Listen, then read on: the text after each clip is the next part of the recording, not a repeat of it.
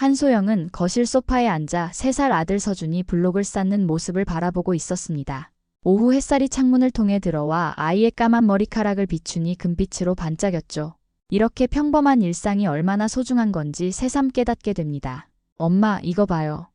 서준이 높이 쌓은 블록탑을 자랑스럽게 가리켰어요. 우와, 정말 높다. 우리 서준이가 똑똑하네.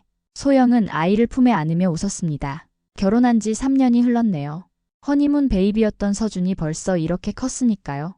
남편 강현은 회사에서 야근을 하고 있고 집안은 고요했습니다. 소영에게는 이런 조용한 시간이 가장 편안했어요.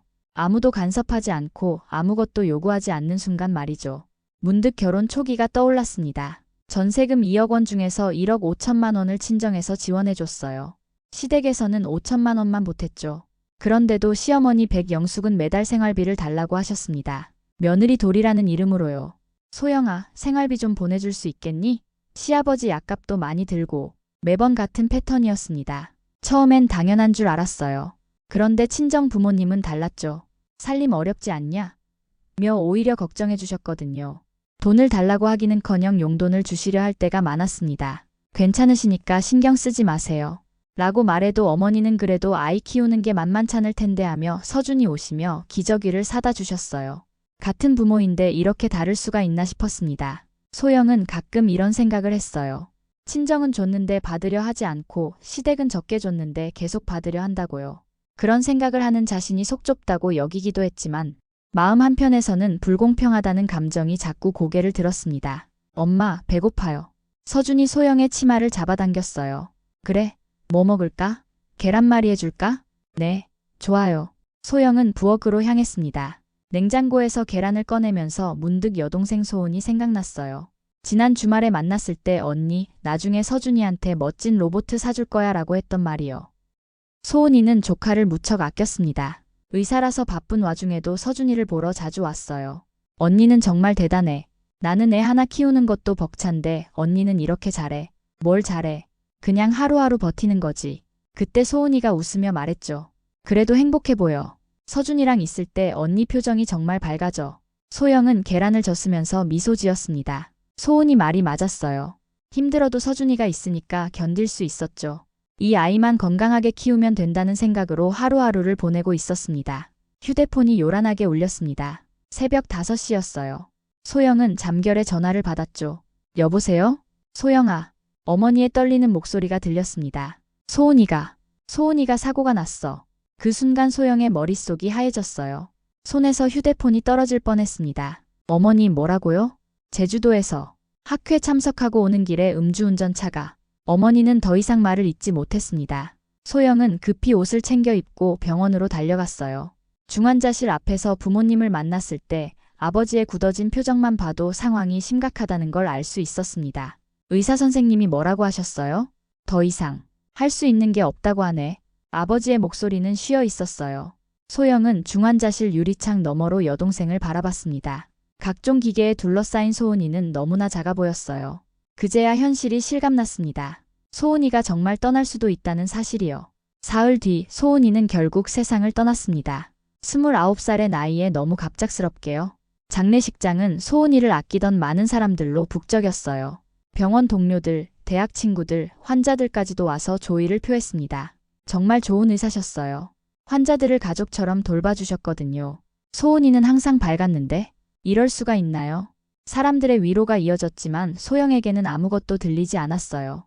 그저 소은이가 없다는 사실만이 가슴을 짓눌렀습니다. 며칠 후 보험회사에서 연락이 왔어요. 생명보험금과 음주운전 가해자로부터의 손해배상금을 합쳐 1억 5천만 원이 지급된다는 내용이었습니다. 그 돈 이야기를 들었을 때 소영은 토할 것 같았어요. 소은이의 목숨이 돈으로 환산된다는 게 너무 끔찍했거든요. 이 돈 어떻게 할까? 아버지가 조심스럽게 물었습니다. 저는 손대고 싶지도 않아요. 어머니가 고개를 저었어요. 이게 무슨 돈이에요? 우리 소은이가 이렇게 될 줄 알았으면. 부모님은 자식들에게 의견을 물어보겠다고 했습니다. 소영에게도 어떻게 생각하는지 물었어요. 어머니, 아버지 뜻대로 하세요. 저는 뭐라고 말씀드릴 수가 없어요. 정말 그랬습니다. 그 돈에 대해 생각하는 것 자체가 고통스러웠어요. 소은이가 세상에 없다는 현실을 인정하는 것 같아서 더욱 그랬습니다. 소영은 그냥 일상으로 돌아가고 싶었어요. 서준이와 평범한 하루를 보내고 싶었습니다. 하지만 현실은 그렇게 간단하지 않았어요. 그 돈 때문에 또 다른 고통이 시작될 줄은 그때 몰랐습니다. 소은이 49일이 지나고 일주일 뒤였어요. 저녁 식사를 준비하던 소영에게 남편 강현이 조심스럽게 다가왔습니다. 소영아, 잠깐 얘기 좀 할까? 응, 뭐야? 소영은 멸치를 우려내며 대답했어요. 강현은 한참을 망설이더니 입을 열었습니다. 소은이한테서 나온 보험금 말인데. 그 순간 소영의 손이 멈췄어요. 국자를 든 손에 힘이 들어갔습니다. 왜? 아니, 그냥. 우리도 살림이 쉽지 않잖아. 전세금도 올려달라고 하고 서준이 어린이집비도 만만찮고. 소영은 가스불을 끄고 강현을 돌아봤어요. 남편의 표정에서 뭔가 더 있다는 걸 직감했습니다. 정확히 뭘 말하고 싶은 거야? 그러니까 장인어른, 장모님께서 그 돈을 어떻게 처리할지 정하지 않으셨잖아. 혹시 우리가 조금 받을 수 있을까 해서. 소영은 믿을 수 없다는 표정으로 강현을 바라봤어요. 목소리가 떨렸습니다. 지금 뭐라고 한 거야? 아니, 그냥 현실적으로 생각해보자는. 현실적으로? 그게 현실적인 거야? 소영의 목소리가 높아졌어요. 그건 내 동생의 심장이야. 소은이의 목숨값이라고. 그 돈에 단 1원도 손댈 생각 없어. 강현은 당황하며 손을 저었습니다. 아니야, 그런 뜻이 아니라. 그럼 무슨 뜻이야? 내 동생이 죽어서 나온 돈으로 우리 살림을 보태자는 거 아니야? 소영아, 너무 감정적으로 생각하지 마. 소은이도 살아있었다면 우리 도와주고 싶어 했을 거야. 그 말을 듣는 순간 소영은 온몸이 떨렸어요. 죽은 동생의 이름을 그런 식으로 이용하다니요. 강현 씨, 다시는 그런 말 하지 마. 소은이를 그런 식으로 끌어들이지 말라고. 알겠어, 알겠어. 미안해. 강현은 서둘러 사과했지만 진심이 느껴지지 않았어요. 그날 밤 침대에 누워서도 소영은 잠을 이룰 수 없었습니다. 남편이 그런 말을 할 줄 몰랐어요. 결혼 3년 동안 강현을 믿고 의지했는데 이런 상황에서 그가 보인 모습이 너무 실망스러웠습니다. 더 충격적인 건 강현의 태도였어요. 마치 자신이 뭔가 잘못된 말을 했다는 자각이 없어 보였거든요. 현실적으로 생각하자는 말로 모든 걸 정당화하려 했습니다. 소영은 휴대폰으로 소은이와 찍었던 사진들을 보며 울었어요. 언니, 나중에 서준이한테 토마스 기차 사줄게라던 소은이. 조카를 그렇게 아끼던 소은이의 마음을 생각하니 더욱 가슴이 아팠습니다. 소은아, 미안해. 언니가 제대로 지켜주지 못해서. 그때부터였어요. 강현과 소영 사이에 보이지 않는 금이 가기 시작한 게요. 대화는 점점 줄어들었고 서로를 바라보는 시선도 달라졌습니다. 강현은 자신이 뭘 잘못했는지 이해하지 못했고 소영은 그런 남편이 답답했어요. 이게 시작이었습니다. 정말 큰 폭풍의 전조였죠. 일주일이 더 지난 어느 일요일 오후였어요. 소영이 서준이와 함께 거실에서 그림책을 읽고 있는데 초인종이 울렸습니다. 문을 열어보니 시어머니 백영숙과 시누이 최지연이 서 있었어요. 어머니 지연씨, 안녕하세요. 소영은 당황하며 인사했습니다. 미리 연락도 없이 갑자기 오신 거였거든요. 들어가자. 백영숙의 표정이 심상치 않았어요. 거실에 앉은 시어머니는 차 한 잔 마시고 나서 바로 본론을 꺼냈습니다. 소영아, 내 동생 일로 힘들었지? 그런데 이제 좀 현실적으로 생각해야겠어. 무슨 말씀이세요? 지연이 앞으로 나섰어요. 언니, 보험금 이야기예요. 1억 5천만 원이라고 들었는데. 소영의 얼굴이 굳었습니다. 그게 무슨 상관이에요? 당연히 상관 있지. 백영숙이 목소리를 높였어요. 우리도 가족이잖아. 힘든 일 당했으니까 서로 도와야 하는 거 아니야? 도와달라는 게 무슨 뜻인지 모르겠는데요. 지연이 휴대폰을 꺼내 보여줬어요. 언니, 제가 3개월 뒤에 결혼해요. 그런데 웨딩홀 계약금이 3천만 원이고 예물이 2천만 원, 제주도 해외 촬영까지 하면 1,500만 원이에요. 도합 거의 1억 원이 필요한 상황이에요. 소영은 믿을 수 없다는 표정으로 지연을 바라봤어요. 그게 저랑 무슨 상관이에요? 언니가 가진 돈으로 도와달라는 거예요. 지연의 목소리에 당연하다는 듯한 어조가 섞여 있었어요. 백영숙이 거들었습니다. 소영아, 생각해봐. 결혼할 때 친정에서만 도와줬잖아. 우리가 많이 못 도와준 게 미안하긴 하지만 이제 네가 여유가 생겼으니까 가족 일에 좀 써야 하는 거 아니야? 소영은 손에 든 그림책을 꽉 움켜쥐었어요. 손끝이 떨렸습니다. 어머니, 그 돈은 제 동생이 죽어서 나온 거예요. 어떻게 그런 말씀을 하세요? 그러니까 더 의미 있게 써야 하는 거 아니야? 가족의 경사했으면 소은이도 기뻐할걸. 그 순간 소영은 폭발했어요. 절대 안 돼요. 그 돈은 소은이의 목숨값이라고요. 그걸로 결혼식을 올린다고요? 말도 안 돼요. 지연이 화를 냈습니다. 언니, 너무하는 거 아니에요? 저도 오빠한테 대학교 등록금 보태준 적 있거든요. 서로 도우며 사는 게 가족이잖아요. 그거랑 이거랑 똑같아요? 지연 씨 등록금이랑 제 동생 목숨이 같은 가치예요? 백영숙이 자리에서 일어났어요. 소영아, 네가 지금 너무 이기적으로 나오는 거야. 가족이 어려울 때 도와주는 게 당연한 거 아니야? 전 가족이 어렵다고 생각 안 해요. 지연 씨가 화려한 결혼식을 못 올린다고 해서 생계가 위험한 건 아니잖아요. 지연이 울음을 터뜨렸어요. 그럼 제 결혼은 어떡해요? 이미 다 예약해놨는데. 그건 지연 씨가 알아서 해결하세요. 저는 도와드릴 수 없어요. 그때 백영숙이 던진 말이 소영을 완전히 무너뜨렸습니다. 그래, 그렇게 나올 거면 할 말 없어. 그깟 돈 때문에 가족을 버리겠다는 거지? 그럼 이혼해라. 시어머니의 말에 소영은 순간 말문이 막혔어요. 그깟 돈이라니요. 소은이의 목숨을 그깟 돈이라고 표현하다니. 분노가 치밀어 올랐습니다. 좋아요. 소영의 목소리는 놀랍도록 차분했어요. 그러세요. 저도 더는 못 살겠어요. 이혼하자고요. 백영숙과 지연은 그런 대답을 예상하지 못했나 봐요. 잠시 당황하는 기색을 보였습니다. 뭐라고? 이혼하자고 했어요. 어머니 말씀대로요. 소영은 서준이를 안아 올렸어요. 서준아, 엄마랑 방에 들어가자. 소영아, 잠깐만. 지연이 황급히 말렸지만 소영은 돌아보지 않았어요. 방에 들어가자마자 소영은 옷장을 열었습니다. 가방을 꺼내서 서준이 옷부터 챙기기 시작했어요. 손이 떨렸지만 차근차근 필요한 것들을 담았습니다. 엄마, 어디 가요? 서준이가 불안한 목소리로 물었어요. 할머니 집에 잠깐 다녀올 거야. 소영은 애써 웃으며 대답했어요. 1시간 뒤 강연이 집에 돌아왔습니다. 거실에는 어머니와 여동생이 소파에 앉아 있었고 소영과 서준이는 보이지 않았어요. 어머니, 지연아, 왜 왔어? 강연이 물었습니다. 오빠, 큰일 났어. 지연이 울먹였어요. 언니가 이혼하겠다고 해. 뭐? 강연은 황당한 표정을 지었어요. 무슨 소리야? 백영숙이 상황을 설명해줬습니다. 보험금 이야기부터 소영의 반응까지 모든 걸요. 하지만 자신들이 얼마나 무리한 요구를 했는지는 빠뜨렸어요. 소영이는 어디 갔어? 짐 싸서 나갔어. 친정으로 간 것 같아. 강연은 소영의 방을 확인해봤어요. 정말로 옷들이 많이 사라져 있었습니다. 서준이 장난감도 몇 개 없어져 있었고요. 소영이한테 전화해봐. 백영숙이 말했어요. 강연이 전화를 걸었지만 소영은 받지 않았습니다. 몇 번을 더 걸어도 마찬가지였어요. 오빠, 어떡해? 지연이 걱정스럽게 물었어요. 강연은 소파에 주저앉았습니다. 머릿속이 복잡했어요. 사실 그도 보험금 이야기를 꺼낸 적이 있었거든요. 그때 소영이 보인 반응을 생각하면 오늘 일도 충분히 예상할 수 있었는데 어머니와 지연에게 미리 말하지 않은 자신이 한심했어요. 일단 며칠 기다려보자. 소영이도 화가 풀리면 돌아올 거야. 하지만 강연의 예상과 달리 소영은 돌아오지 않았습니다. 일주일이 지나도 2주일이 지나도 연락이 없었어요. 친정에 전화를 걸어봤지만 장인어른은 차갑게 대했습니다. 소영이는 여기 있어. 하지만 만날 생각 없다고 하네. 아버님, 제가 찾아뵐 수 있을까요? 강연 씨, 솔직히 말하자면 우리도 실망이 커. 소은이 일로 그렇게 힘들어하는 소영이를 왜 더 힘들게 했나 싶어서 말이야. 전화가 끊어졌어요. 강연은 그제야 상황의 심각성을 깨달았습니다. 집안은 갑자기 너무 조용해졌어요. 서준이의 웃음소리도 소영이의 노래 부르는 소리도 들리지 않았습니다. 강연은 처음으로 가족이 없는 빈집의 무게를 느꼈어요.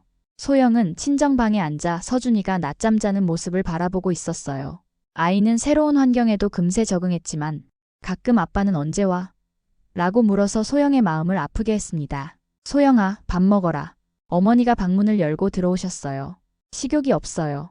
그래도 먹어야지. 안 그러면 몸이 버틸 수 없어. 어머니는 소영 옆에 앉으셨습니다. 딸의 상태가 걱정되셨나 봐요. 엄마, 제가 너무 고집센 걸까요? 뭔 소리야? 네가 당연한 반응을 한 거지. 그래도 가정이 깨지는 건데. 어머니가 소영의 손을 잡았어요. 소영아, 너 정말 힘들었구나. 소은이 잃고도 모자라서 그런 일까지 당하고. 그제야 소영은 참았던 눈물을 쏟아냈습니다. 결혼한 이후로 친정에서 울어본 게 처음이었어요. 어머니, 저 어떻게 해야 해요? 정말 이혼해야 하는 건가요? 그건 내가 결정할 일이야. 하지만 엄마 생각에는 말이지. 그 사람들이 너무 심했어. 소은이를 그런 식으로 이용하다니. 소영은 계속 울었어요. 소은이에 대한 그리움, 남편에 대한 실망, 앞으로에 대한 두려움이 모두 눈물로 쏟아져 나왔습니다. 엄마, 소은이가 그렇게 말했어요.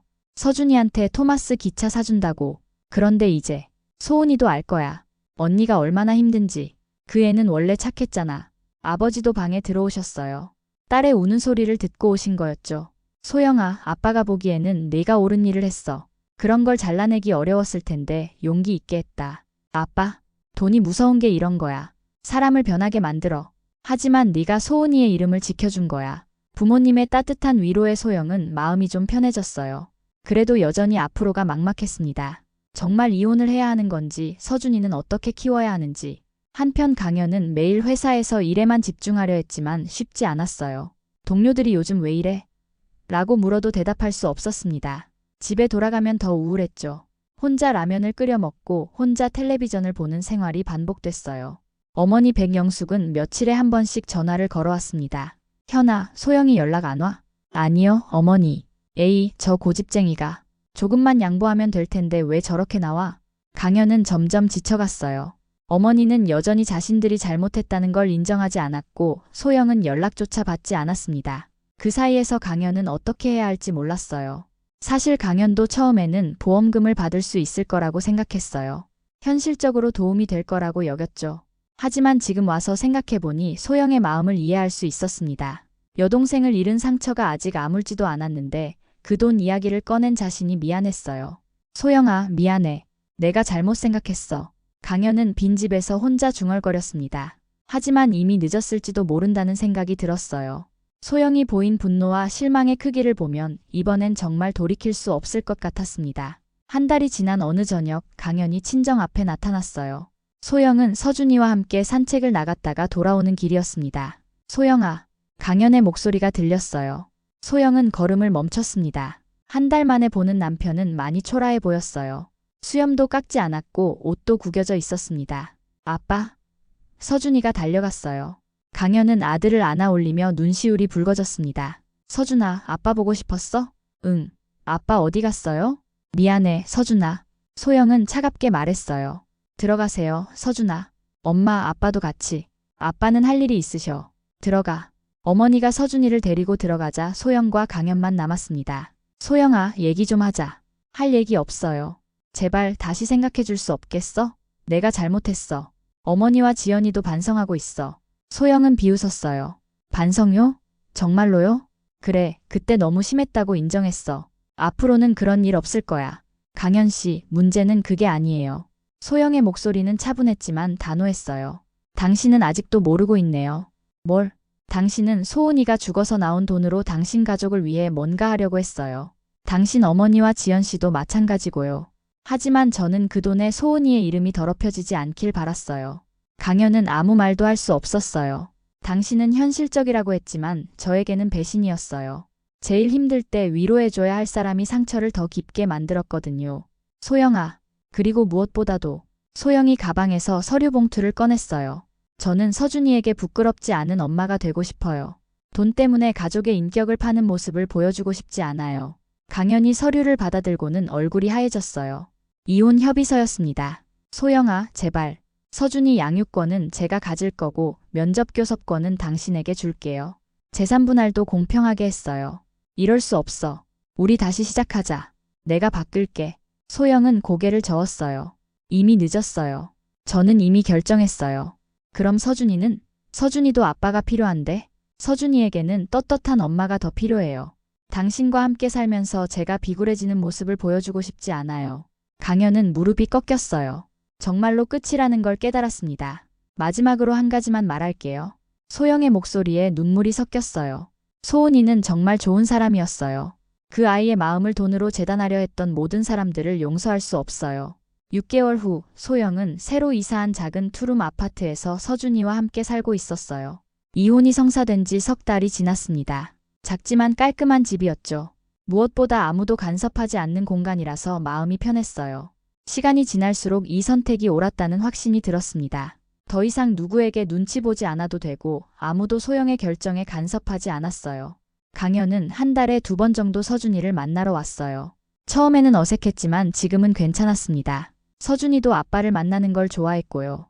다만 강현이 가끔 다시 생각해 볼 수 없겠냐고 말할 때면 소영은 단호하게 거절했어요. 창밖으로 석양이 지고 있었어요. 소영은 소은이 사진이 놓인 작은 재단 앞에 앉았습니다. 소은아, 언니가 잘하고 있는 거 맞지? 가끔은 너무 고집스럽게 산 건 아닌가 싶기도 해. 하지만 후회는 안 해. 사진 속 소은이는 여전히 밝게 웃고 있었어요. 소영은 그 웃음을 보며 마음을 다잡았습니다. 이제는 정말로 자신의 삶을 살아가고 있다는 안도감이 들었거든요. 이젠 내 가족은 내가 지킨다.